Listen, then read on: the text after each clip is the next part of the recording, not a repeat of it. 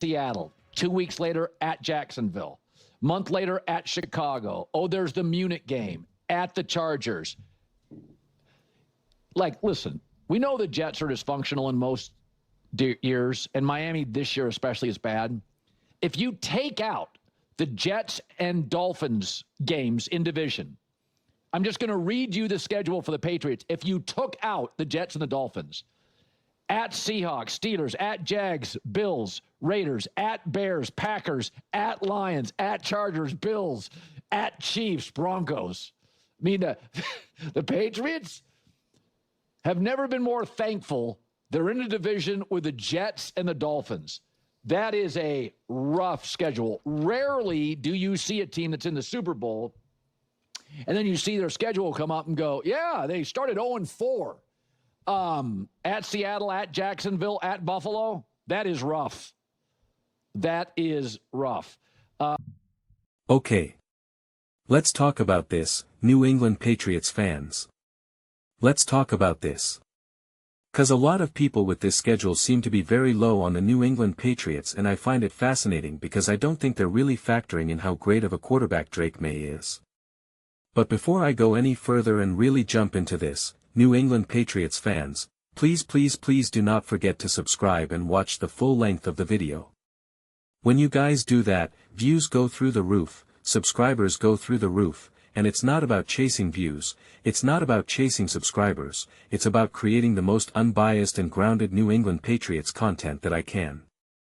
When you guys watch the video and subscribe at the same time, it creates such an avalanche effect and puts me in such an awesome position to make New England Patriots content that people genuinely want to discuss, so we can continue to have some of the best conversations in all of sports. So, please do consider doing that. It really does go such a long way. But, yeah. I mean, Colin's got them going 0-4. 0-4. You got the Seahawks. You got the Steelers. You got the Jags, and you got the Bills. So, he has them losing to the Steelers. All of a sudden I thought the Steelers weren't going to be good this year. I thought Aaron Rodgers was bad. That's why it's hard for me to keep up. Okay, if we just circle what should be objectively tough games. No. Saying you're going to lose these games, right? You got the Seahawks, of course. You got the Jags. You got the Bills. You got the Bears. You got the Packers. You got the Lions. You got the Chargers. You got the Bills. The Vikings, we'll see who the quarterback is. The Chiefs. What's really interesting is 'cause then it goes Chiefs I can't get anyway. It goes Chiefs, Jets, Broncos, Dolphins. This is what I find really interesting about the schedule breakdown. And this is something that I think people can't seem to make up their minds. And it's why I don't love the whole obsessing over the schedule. I get it, it's fun, it's interesting, and it's something to talk about. We all just want football. We all want football. We can only have so many conversations about who's better quarterback. Who would you rather have, Drake May or Caleb Williams? Right? We can only have those conversations so many times. They kind of hold us over a little bit throughout the off season, but then it's like we have free agency, we have the draft. We have think about it the way how sports media works in the off season. Again, I'm grateful for it, so I'm not criticizing it, but it was like we talked about last year, right? The season ends, and we're like, oh, man, how was that season? Is the window closed? Is there trouble? Do you think they're going to be able to bounce back? Do you think they're going to be able to maintain that momentum? Whatever direction we want to go in. And we're having those conversations before we have any idea what's happening in free agency, have any idea what's happening in the draft, who's getting extended, what's the story at right. We have all those conversations. Then free agency hits, and then we're like, oh my god, free agency. And depending on the year, we either think a team should spend all the money in the world or no money in the world. Sometimes it's, oh my god, do you guys realize that like teams that spend the most money in free agency typically don't win, right? Because you're buying players that people don't really want to begin with, right? So, it's like it's actually not as good, and you're spending too much money, and it's better to draft and develop, blah blah blah. So, depending on what direction we want to look at it, we're either like, oh my god, this team did nothing in free agency. Or this team did too much, or this team did everything, and it's unbelievable. And then, of course, during free agency as well as going into the draft, you have trades. And then it's like going into the draft, it's like, oh my god, they got to draft this person, they got to draft that person. They shouldn't draft this person, they shouldn't draft that person. And then we have the draft, and we're like, oh my god, can you believe they drafted this person? Can you believe they drafted that person? And all throughout the pros. We're constantly reassessing, does this team good? Is this team bad? Is this team good? Is this team bad? Right? We're assessing, is this team good? Is this team great? And it's before we even go through free agency. And then after free agency, we're like, is this team good? Is this team bad? Before we even go through the draft, before we even like figure out like who's being traded, what's the story here? What coaching hire, what coaching firing, etc., etc. And so, it's just like it's so interesting to me because I know, without a doubt, Colin thinks that the Seahawks are probably going to take a bit of a step back. They're not falling off a cliff, they're not going to be terrible, but he doesn't think that they're like he doesn't even have them in the NFC Championship game. I don't think Colin has ever thought the Steelers were a great team, okay? So, I'm like that's that, alright. The Jags, he doesn't have them winning the division, I don't think. He doesn't I mean like he was kind of like this team could also take a backward slide. He's definitely high on the Bills and he's definitely optimistic about the Raiders. He is not high on the Jets. He's super high on the Bears. Obviously, the Dolphins are the Dolphins and then we have the Packers and it's like I think he's probably kind of neutral. He thinks the lot it's the Lions and the Bears that are competing for the division and that the other two will be fending off for maybe a wild card. So, he's not super high on the Packers. And then you got the Lions. Optimistic about the Lions but also they have a great schedule. Definitely optimistic about the Chargers and then I think the Bills. The Vikings, I guess he's higher on the Vikings cause of Kyler Murray. And then the next team is the Kansas City Chiefs and it's like, well I think he has the Kansas City Chiefs he has the Chargers winning the division. And it's late in the year and the Kansas City Chiefs and he said they're old and they're going to get banged up, So, it's like if we take that all face value, then the Patriots will be just as competitive as everyone else in that mix. Right?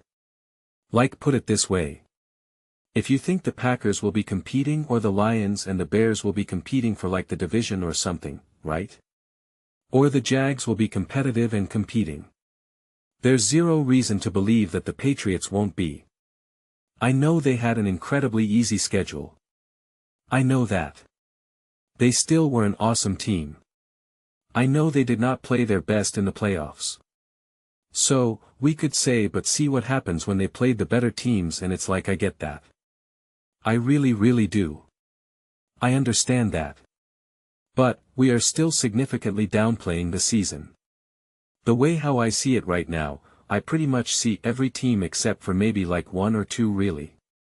And even those one or two teams, it's like I don't know.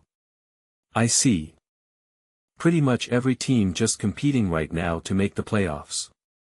Like I think this is going to be one of the most competitive, most insane, most exciting seasons that we have ever seen. And I made a similar comment going into last season where I said, I just think everything is going to be so tight and congested.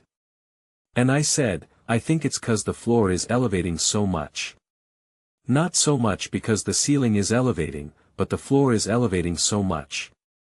And think about how it seemed like every single week we all said, was that the craziest game we've ever seen? Is that the craziest game we've ever seen? I mean, it came down to the final kick for the Ravens versus the Steelers and Aaron Rodgers and him having like to take the lead. His mic, not the mic, whatever it's called right now, is not the headsets like not working. We had Caleb Williams and the Packers doing some of the most insane things you could ever imagine. Malik Willis getting thrown in there. We have the Bronco the Bo Nix had 4 touchdowns in the fourth quarter or whatever the heck the record was. Right? I mean, like that was like the most insane thing. The Seattle Seahawks versus the Los Angeles Rams was absolutely insane. I mean, like it was just week after week after week. And all of those games, every single one of those games had massive consequences. Absolutely, positively massive consequences. Especially when you go back and you realize how everything unfolded, massive consequences. And to me, we're watching a whole season. When I first started making videos, first full season I ever covered was 2024. And I just remember like it was like week 1, week 2, and then first things first, even has fun with this with like the must win, right? And they're like, we obviously know that this is like it's like week 1 or something, right? And it's just like is this a must-win game?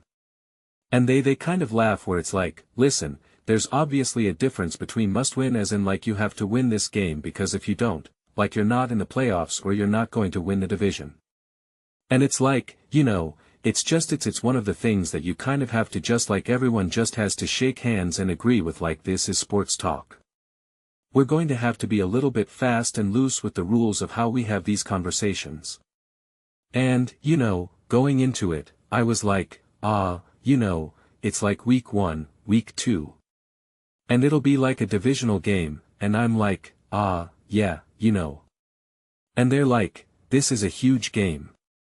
And I'm like, no, it's not.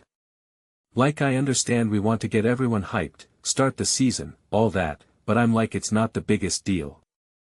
It's week 2, new offense, new quarterback, new this, new that. I'm like, it's all good. And like I would get a lot of pushback.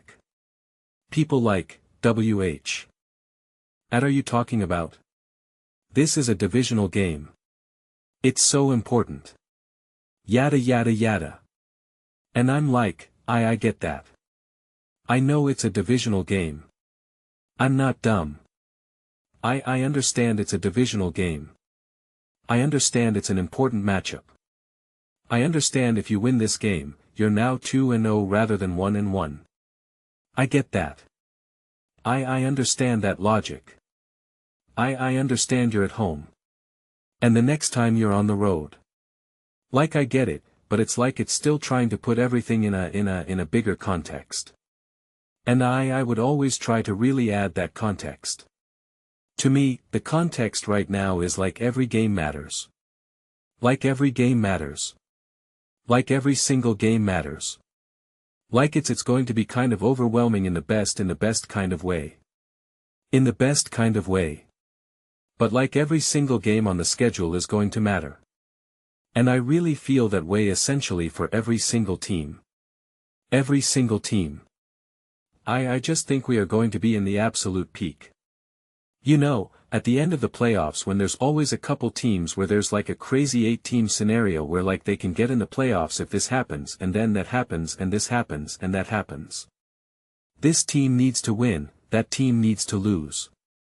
That team needs to, the tie they actually own the third tiebreaker of the whatever, and you're just like, oh my god.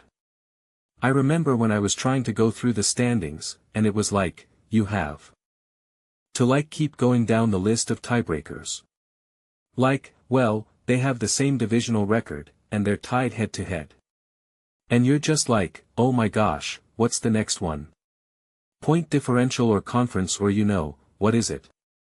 It's like, you can't even remember or keep up it. And like, that's what this whole season's going to be. So, the whole point that I'm really trying to argue and emphasize is like, I don't see why the New England Patriots are on the outside looking in of that scenario.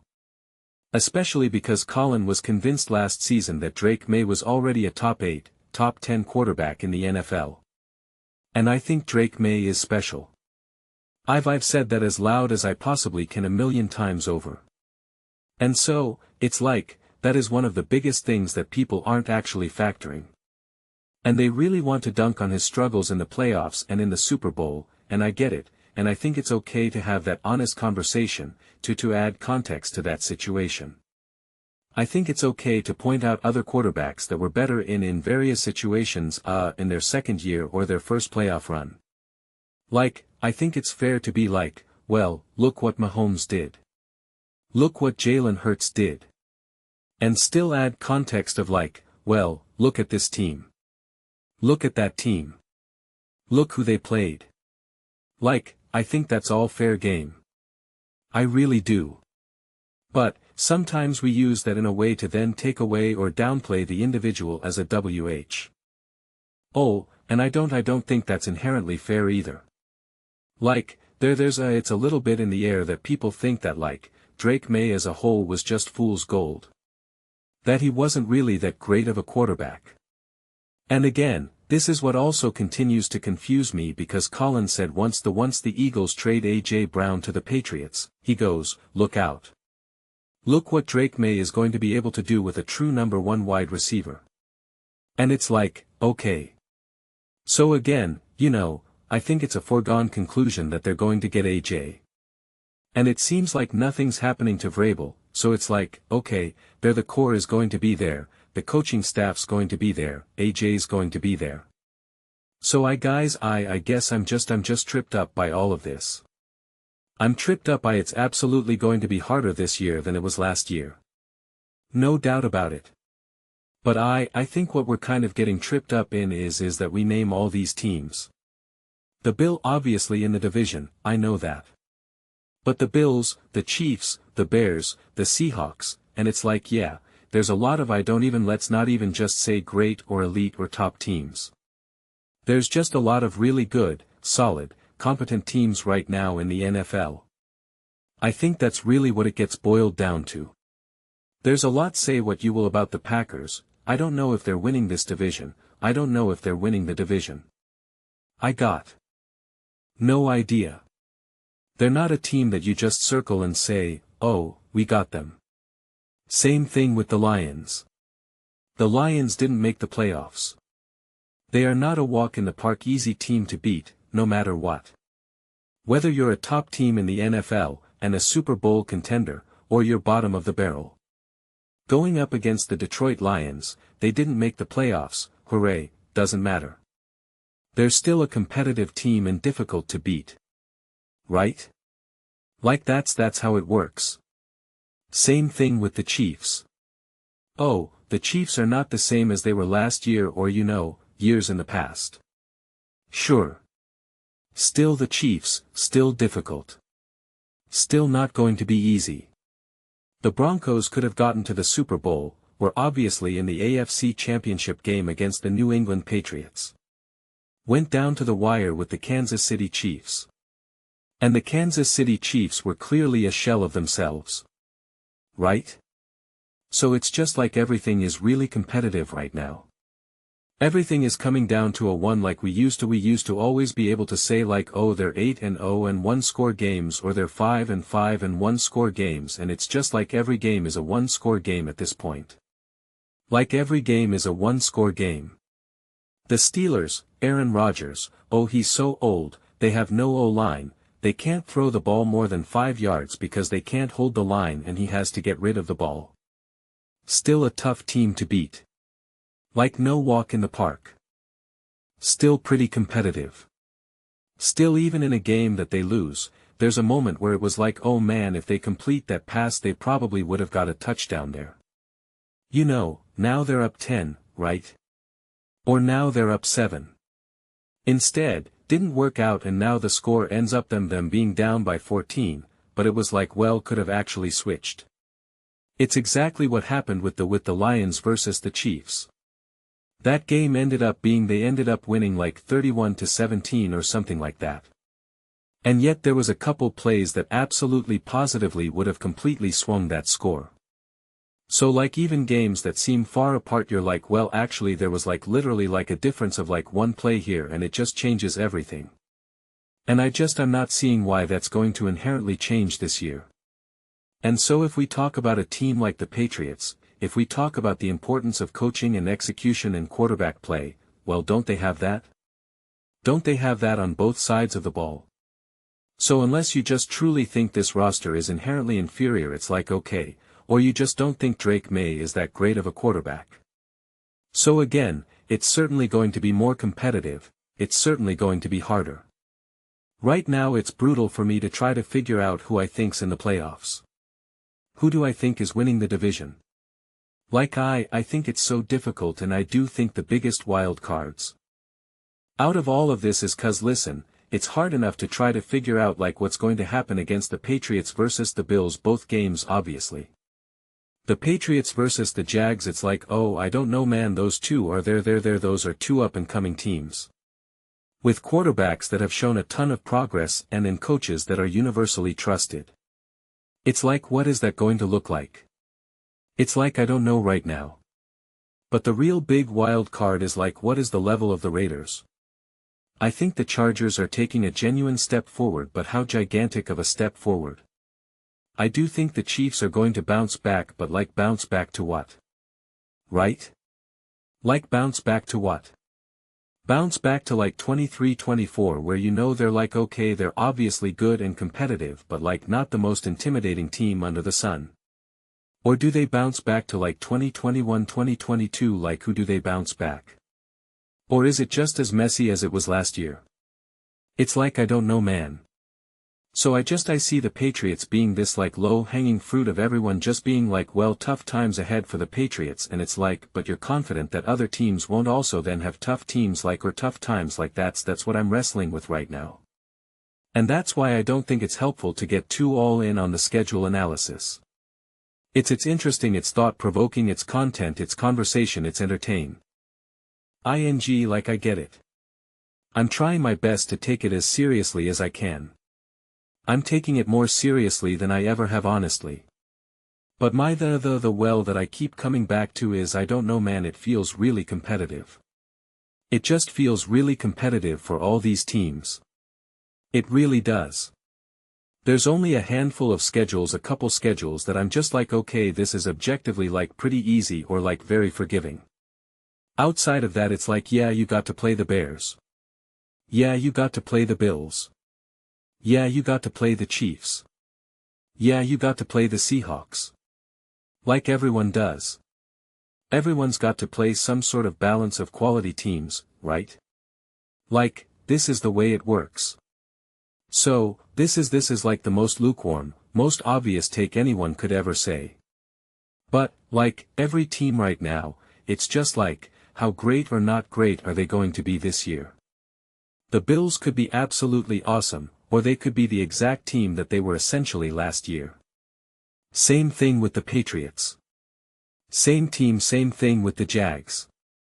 Same thing with the Bears, right? It's like the Bears, are they going to actually pop?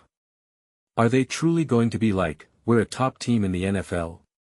Are they going to be in an exact version of what they were last year, where I was like, no, they're obviously really good, they obviously have a lot of juice there, but like, yeah, also plenty of problems, and Caleb is absolutely going to miss plenty of throws and give you an opportunity. And the defense is like, good, but like, not great. It's like, okay. Alright. Game on.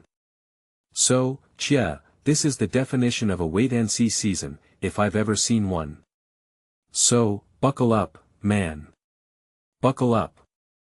And don't get too hung up on takes that really feel like they got the courage of their conviction, because I don't know, man, I'm just not seeing it right now. But, those are just my thoughts.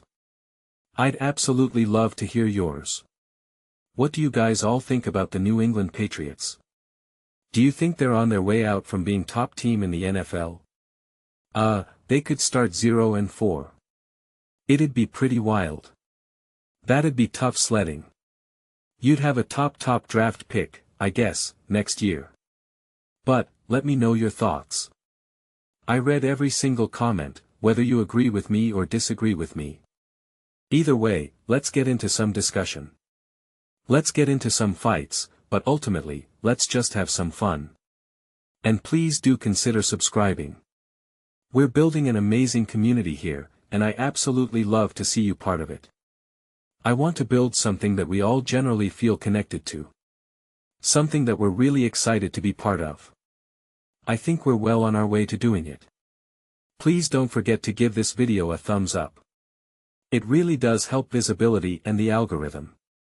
Thank you so much. See you next time.